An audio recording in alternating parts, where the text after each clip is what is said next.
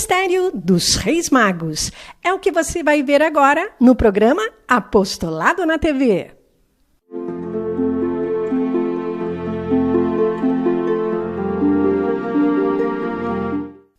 A história dos Reis Magos é maravilhosa e, ao mesmo tempo, misteriosa.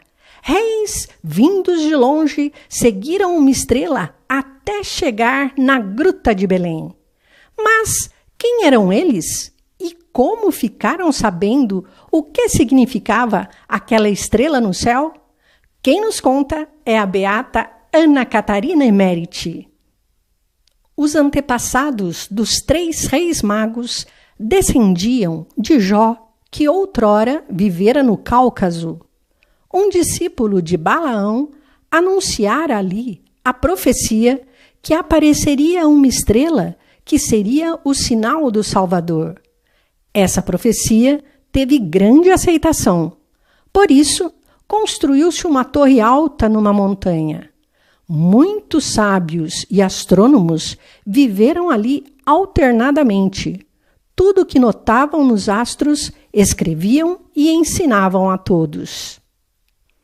Os chefes da tribo de Jó também receberam uma revelação. Os chefes de uma tribo da terra de Jó, numa viagem ao Egito, na região de Heliópole, receberam por um anjo a revelação de que o Salvador nasceria de uma virgem e seria adorado pelos seus descendentes. Eles mesmos deviam voltar e estudar os astros. Esses medos começaram então a observar as estrelas. Diversas vezes, porém, caiu esse estudo em esquecimento por causa de vários acontecimentos. Cerca de 500 anos antes do nascimento de Jesus, a observação dos astros tinha caído de novo em decadência. Existia, porém, a descendência daqueles chefes, constituída por 3 irmãos, que viviam separados, cada um com sua tribo. Tiveram 3 filhas, às quais Deus deu o dom da profecia, de modo que, ao mesmo tempo, percorreram o país e as 3 tribos, profetizando e ensinando sobre a estrela de Jacó. Então se renovou nessas 3 tribos o estudo das estrelas e renasceu o desejo da vinda do menino prometido. Desses 3 irmãos, descenderam os reis magos em linha direta por 15 gerações, após 500 anos. Mas, pela mistura com outras raças, eram de cores diferentes. Desde o princípio desses 500 anos, ficavam sempre alguns dos antepassados dos reis num edifício comum para observarem os astros. Todas as épocas que se referiam à vinda do Messias conheciam-nas em visões milagrosas ao observar as estrelas. Desde a conceição de Nossa Senhora, portanto, há 15 anos, essas visões mostravam cada vez mais distintamente a vinda da criança. Agora, Ana Catarina Emériti nos conta o que viu na noite de Natal. Lembro-me de ter visto, na noite do nascimento de Jesus, 2 dos reis na torre. O terceiro, que vivia a leste do Mar Cáspio, não estava com eles. Viu, porém, a mesma visão, à mesma hora, na sua terra. Os reis viram Belém como um belo palácio, como uma casa na qual se junta e se distribui muita bênção. Lá viram a Santíssima Virgem com um menino, rodeada de muito esplendor, e muitos reis se inclinarem diante dele, oferecendo-lhe sacrifícios. Tomaram tudo como realidade, pensando que o rei tinha nascido em tal esplendor e que todos os povos se lhe haviam submetido.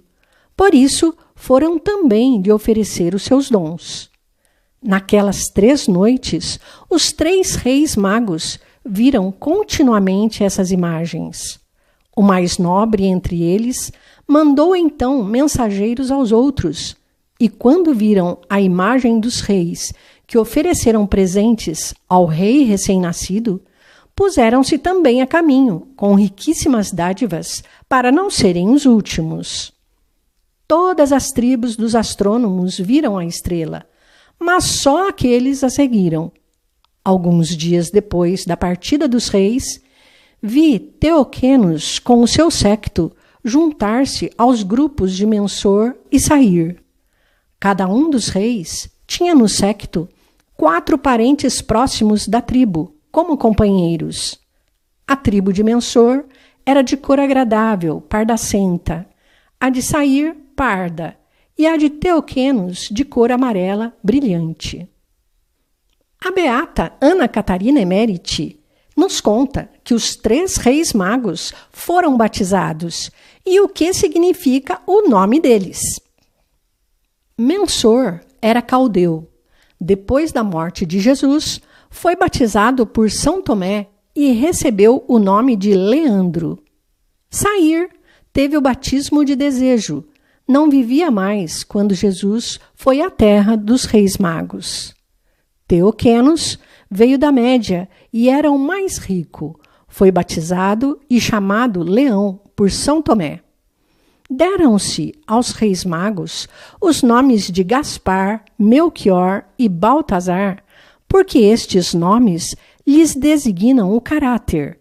Gaspar vai com amor. Melquior aproxima-se humildemente. E Baltazar age prontamente, conformando a sua vontade com a de Deus. O caminho para Belém era de mais de 700 léguas. Os reis percorreram o caminho em 33 dias, viajando muitas vezes dia e noite. A estrela que os guiava era como um globo brilhante.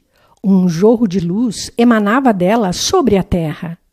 Vi finalmente chegarem os reis à primeira vila judaica. Ficaram, porém, muito acabrunhados, porque ninguém sabia coisa alguma do rei recém-nascido. Quanto mais se aproximavam de Jerusalém, tanto mais tristes ficavam, pois a estrela se tornava muito menos clara e brilhante, e na Judéia a viram raras vezes.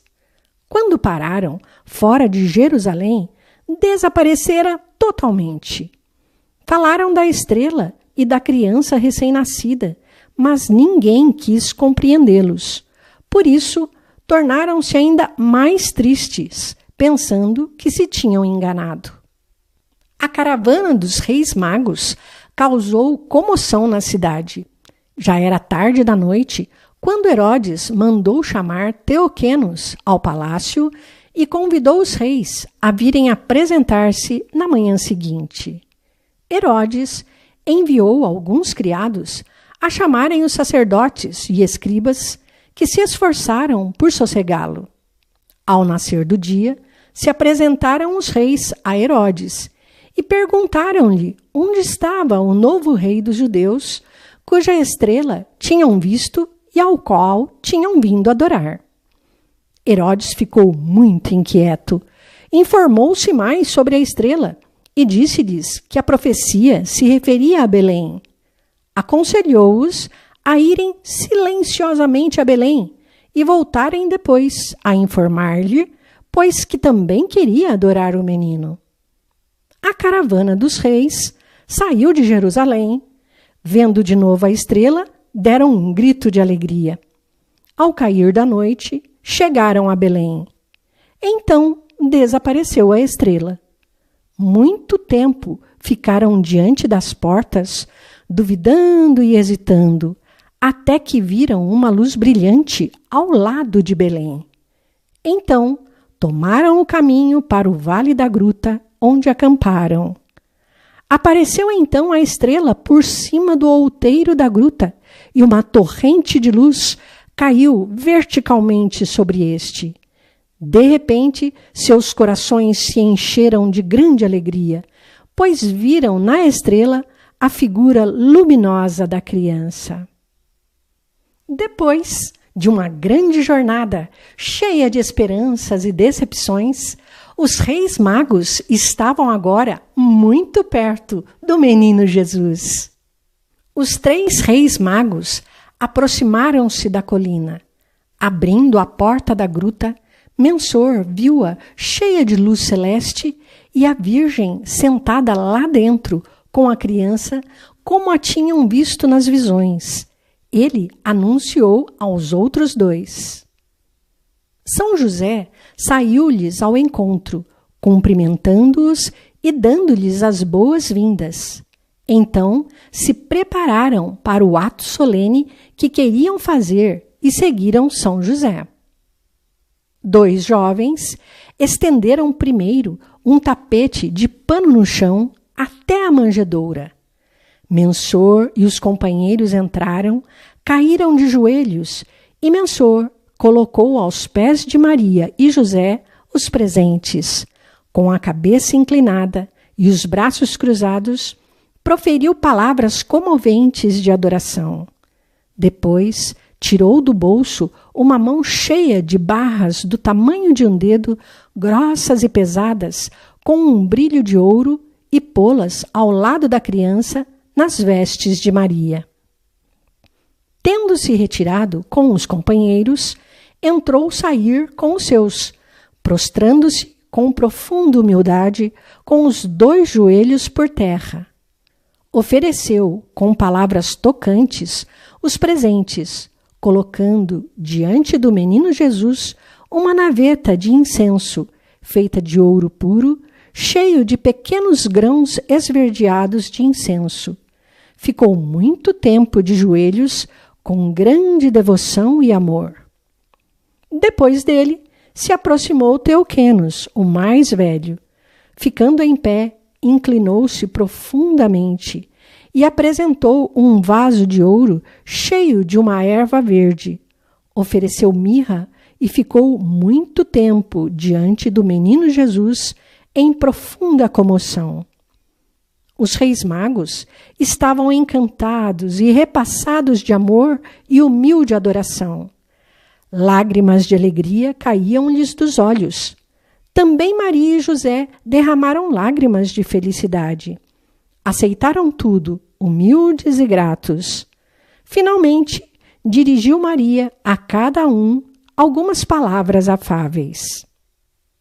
Depois disso, os criados dos reis também entraram na gruta, de 5 em 5, e adoraram em silêncio o menino Jesus. No outro dia, visitaram os reis mais uma vez o menino e de noite vieram despedir-se. Mensor entrou primeiro. Maria pôs-lhe o menino nos braços. Ele chorou, radiante de alegria. Depois vieram também os outros. Maria deu-lhes o seu véu de presente. Pela meia-noite, viram no sono a aparição de um anjo, avisando-lhes que partissem imediatamente, não tomando o caminho de Jerusalém, mas o do Mar Morto.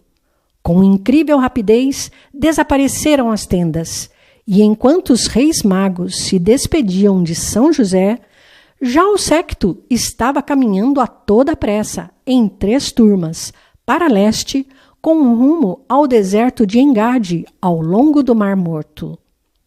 Viu o anjo com eles na campina, mostrando-lhes a direção do caminho.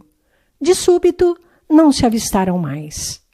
O anjo tinha avisado os reis bem a tempo, pois a autoridade de Belém, não sei se por ordem de Herodes ou por próprio zelo, tinha a intenção de prender os reis, que dormiam na estalagem, fechá-los sob a sinagoga, onde havia adegas profundas, e acusá-los perante o rei Herodes de desordens públicas.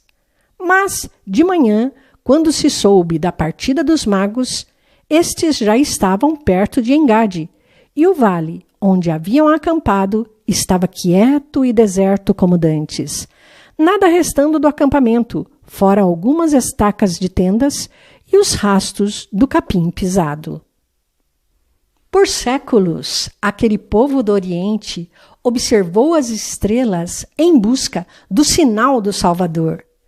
3 reis magos caminharam 33 dias seguindo a estrela para encontrar o menino Jesus.